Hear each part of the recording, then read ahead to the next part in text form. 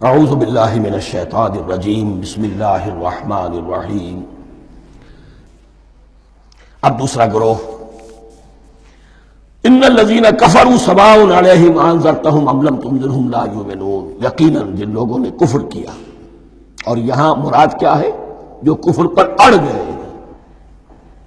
اس کو ہم تعویل عام میں نہیں لے سکتے، اس لیے کہ اگر تو ہم اس کو عام میں لے لیں گے تو اس کے معنی تو یہ ہوں گے جس شخص نے کسی وقت کفر کیا اب وہ ہدایت پر آ ہی نہیں سکتا۔ نہیں، یہ بات نہیں ہے۔ کوئی کفر میں ہے، وہ غالطے کی بنا پر ہے، عدم توجہی کی بنا پر ہے، حق اس پر واضح نہیں ہوا ہے اس لیے ہے، تو آپ اسے سمجھائیں گے، انذار و تبشیر سے اسے فائدہ ہو جائے گا، واعظ و نصیحت سے اسے فائدہ ہو جائے گا۔ ایک وہ ہے کہ جو حق کو سمجھ کر پہچان کر اور پھر اڑ گئے، ضد کی وجہ سے، ہٹ دھرمی کی وجہ سے، تعصب کی وجہ سے، تکبر کی وجہ سے، حسد کی وجہ سے۔ ان الذین کفروا، ایسے لوگوں کا معاملہ کیا ہے؟ سواء علیہم انذرتہم ام لم تنذرہم لا یؤمنون، برابر ہے ان کے لیے، خواہ آپ انہیں سمجھائیں خواہ نہ سمجھائیں، ڈرائیں نہ ڈرائیں، انذار فرمائیں نہ کریں، لا یؤمنون، وہ ایمان لانے والے نہیں۔ وہی بات جو میں نے کہی تھی کہ سوتے کو جگایا جا سکتا ہے، جاگتے کو کیسے جگائیں؟ ختم اللہ علی قلوبہم وعلی سمعہم وعلی ابصارہم غشاوہ، ان کے دلوں پر اللہ نے مہر کر دی ہے۔ کیوں کر دی ہے؟ یہ ابتداءً مہر نہیں ہوئی، جب حق کو پہچان کر انہوں نے رد کر دیا، اس کی پاداش میں، اس کی سزا کے طور پر۔ ختم اللہ علی قلوبہم، اللہ نے ان کے دلوں پر مہر کر دی ہے، وعلی سمعہم، اور ان کی سماعت پر بھی، وعلی ابصارہم غشاوہ، اور ان کی آنکھوں کے سامنے پردہ پڑ چکا ہے۔ یہ مضمون سورہ یاسین کے شروع میں پھر آئے گا بہت شر و بست کے ساتھ۔ وَلَهُمْ عَذَابٌ عَظِيمٌ، اور ان کے لیے تو اب بہت بڑا عذاب ہے۔ یہ دوسرا گروہ ہو گیا، ایک رکوع میں دو کو سمیٹ لیا گیا، کل ابھی 7 آیتیں ہوئی ہیں۔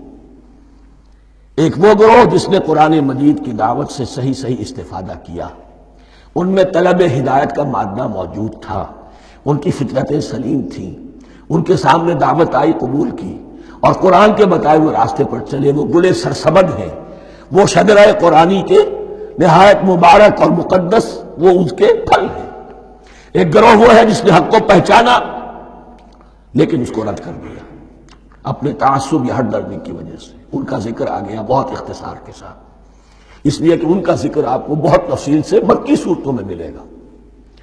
اب آیا تیسرا گروہ، وَمِنَ النَّاسِ، اور لوگوں میں کچھ ایسے بھی ہیں، مَن يَقُولُ آمَنَّا بِاللَّهِ وَبِالْيَوْمِ الْآخِرِ وَمَا هُم بِمُؤْمِنِينَ، جو کہتے تو یہ ہے کہ ہم ایمان رکھتے ہیں اللہ پر بھی اور یوم آخر پر بھی، مگر وہ حقیقت میں مومن نہیں ہے۔ یہاں ایک بات سمجھ لیجئے، اکثر اور بیشتر مفسرین نے اس تیسری کیٹیگری کے بارے میں یہی رائے قائم کی ہے کہ یہ منافقین مذکور ہیں یہاں، اگرچہ لفظ منافق یا لفظ نفاق نہیں آیا یہاں، لیکن مولانا نیلسن اصلاحی صاحب نے ایک رائے ظاہر کی ہے جو بڑی قیمتی ہے۔ وہ یہ کہ یہاں ایک کردار کا نقشہ کھینچ دیا گیا ہے، غور کرنے والے غور کر لیں، دیکھ لیں، جس پر بھی وہ چسپاں ہو جائے۔ اور بالفعل جب یہ آیات نازل ہو رہی تھیں تو دو طبقات پر یہ کردار نگاری جو ہے، یہ جو شخصیت کا ہیولہ کھینچا جا رہا ہے، وہ دو کے اوپر راست آ رہا تھا۔ ایک علماء یہود، وہ بھی کہتے تھے کہ ٹھیک ہے، محمد جو کہہ رہے ہیں ہم بھی اللہ کو مانتے ہیں، آخرت کو بھی مانتے ہیں، اسی لیے یہاں رسالت کا ذکر نہیں ہے۔ بھئی ہم محمد ہی کو نہیں مانتے نا صلی اللہ علیہ وسلم، باقی اگر 1.25 لاکھ نبی آئے ہیں تو باقی 1.25 لاکھ کو تو ہم مانتے ہیں، ایک محمد کو نہیں مانا، ایک عیسیٰ کو نہیں مانا، بس تو ہمیں بھی مانا جانا چاہیے کہ ہم بھی مسلمان ہیں۔ ایک یہ ان کی رائے ہے، اور واقعہ یہ ہے کہ یہاں اس طریقے کا تذکرہ ہو رہا ہے کہ جس سے ان کا کردار بھی جھلک رہا ہے، روح سخن ان کی طرف جا رہا ہے۔ مجھے یاد ہے اپنی 10ویں جماعت کے زمانے میں دہلی میں نے دیکھا تھا کہ ناٹ سرکس، وہاں کا ایک بڑی مارکیٹ ہوتی تھی، تو جوتے کی ایک دکان پہ بہت بڑا جوتا لٹکایا ہوا تھا، بہت بڑا، اور لکھا تھا free to home it fits, جس کے پاؤں میں یہ ٹھیک ٹھیک آ جائے وہ لے جائے۔ تو یہ free to home it fits ہے، ایک کردار ہے، اب یہ کردار جس کے اوپر بھی فٹ بیٹھ جائے، ان میں یقیناً زیادہ تو غلبہ یہی ہے جو مفسرین کی رائے ہے، منافقین کا معاملہ جو ہو رہا ہے، لیکن یہ کردار بعین نہیں فٹ بیٹھ رہا ہے یہود کے علماء پر۔ اور یہ بھی نوٹ کر لیجئے کہ جو مدینہ منورہ میں نفاق کا جو پودا پروان چڑھا ہے، بلکہ پودا نہیں کہنا چاہیے، جھاڑ جھکاڑ جو پروان چڑھا ہے، وہ یہودیوں کے زیر اثر، جیسے جنگل کے اندر بڑے بڑے درخت بھی ہوتے ہیں اور اندر جو ہے نیچے جھاڑیاں بھی ہوتی ہیں، تو یہ نفاق کا جھاڑ جھکاڑ جو ہے وہ یہودی علماء کا جو پودا تھا اور بہت بڑا تھا، اس میں کوئی شک نہیں، اس کے سائے میں پروان چڑھا ہے۔ ان دونوں میں معنوی ربط بھی ہے۔ وَمِنَ النَّاسِ مَن يَقُولُ آمَنَّا بِاللَّهِ وَبِالْيَوْمِ الْآخِرِ وَمَا هُمْ بِمُؤْمِنِينَ، اور لوگوں میں سے کچھ ایسے بھی ہیں جو کہتے تو یہ ہے کہ ہم ایمان رکھتے ہیں اللہ پر اور یوم آخر پر، لیکن وہ مومن نہیں ہیں۔ يُخَادِعُونَ اللَّهَ وَالَّذِينَ آمَنُوا وَمَا يَخْدَعُونَ إِلَّا أَنفُسَهُمْ، وہ دھوکہ دینے کی کوشش کر رہے ہیں اللہ کو اور اہل ایمان کو۔ لیکن یخادعون جو ہے یہ باب مفعلہ ہے، باب مفعلہ میں کشمکش ہوتی ہے، کشاکش ہوتی ہے، لہذا ترجمہ میں نے کیا کوشش کر رہے ہیں۔ وما یخدعون الا انفسهم، یہ ثلاثی مجرد میں آ گیا، اور نہیں دھوکہ دے رہے مگر صرف اپنے آپ کو۔ یہ یقینی ہے اپنے آپ کو تو دھوکہ دے رہے ہو، لیکن یہ کہ اللہ اس کے رسول کو، اللہ اور اہل ایمان کو دھوکہ نہیں دے سکتے۔ سورہ نساء کی آیت نمبر 142 میں یہ کھل کر منافقین کے بارے میں یہی الفاظ آئے ہیں، ان المنافقین یخادعون اللہ وہو خادعہم، یقیناً منافقین جو ہے وہ اللہ کو دھوکہ دینے کی کوشش کر رہے ہیں اور اللہ انہیں دھوکہ دے رہا ہے۔ وما یشعرون، انہیں اس کا شعور نہیں ہے۔ یہ بہت اچھی طرح نوٹ کر لیجیے، منافقین کی بھی اکثریت وہ تھی جنہیں اپنے نفاق کا شعور نہیں تھا،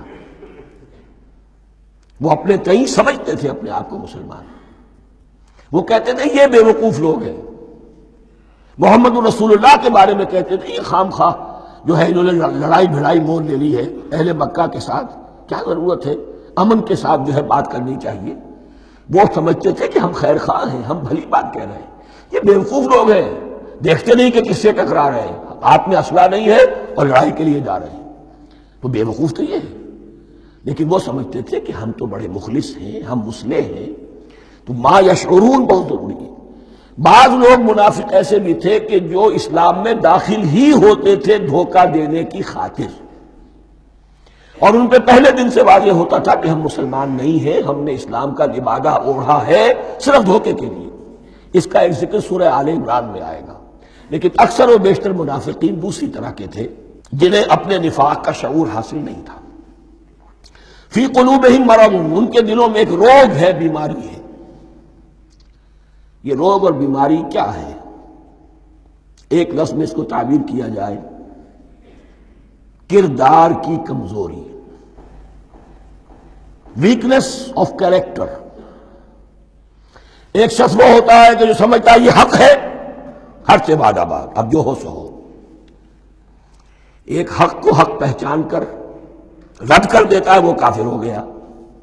ایک حق کو حق پہچان کر آیا تو صحیح، لیکن ویکنس آف کیریکٹر کی وجہ سے قوت ارادی کمزور ہے، آخرت بھی چاہتے ہیں، دنیا کو بھی ہاتھ سے دینے کو تیار نہیں، یہاں کا بھی کوئی نقصان نہ ہو اور آخرت کا بھی سارا بھلا ہمیں مل جائے۔ یہ وہ لوگ ہیں در حقیقت کہ اس کو کہا روگ۔ فی قلوبہم مرض فزادہم اللہ مرضا، تو اللہ نے ان کے مرض میں اضافہ کر دیا۔ یہ اللہ کی سنت ہے، آپ حق پر چلنا چاہیں حق کا راستہ آپ کے لیے آسان کر دے گا، آپ برائی کی طرف جانا چاہیں بڑی سے بڑی برائی آپ کے لیے ہلکی ہوتی چلی جائے گی، کوئی خاص بات ہی نہیں، چلو یہ بھی کر گزرو، جب یہ کر لیا تو یہ بھی کر گزرو۔ اور اگر آپ بین بین لٹکنا چاہیں تو اللہ اسی پہ چھوڑ دیتا ہے۔ ٹھیک ہے، آپ سمجھتے ہیں ہم کامیاب ہو رہے ہیں، ہم نے مسلمانوں کو بھی دھوکہ دے لیا، وہ ہمیں مسلمان سمجھتے ہیں، اور یہودیوں کو بھی دھوکہ دے لیا، وہ سمجھتے ہیں کہ ہم ان کے ساتھی ہیں، تو سمجھا کامیاب ہو رہے ہیں، حقیقت میں کامیابی نہیں۔ فی قلوبہم مرض فزادہم اللہ مرضا ولہم عذاب علیم بما کانوا یکذبون، اور ان کے لیے تو دردناک عذاب ہے۔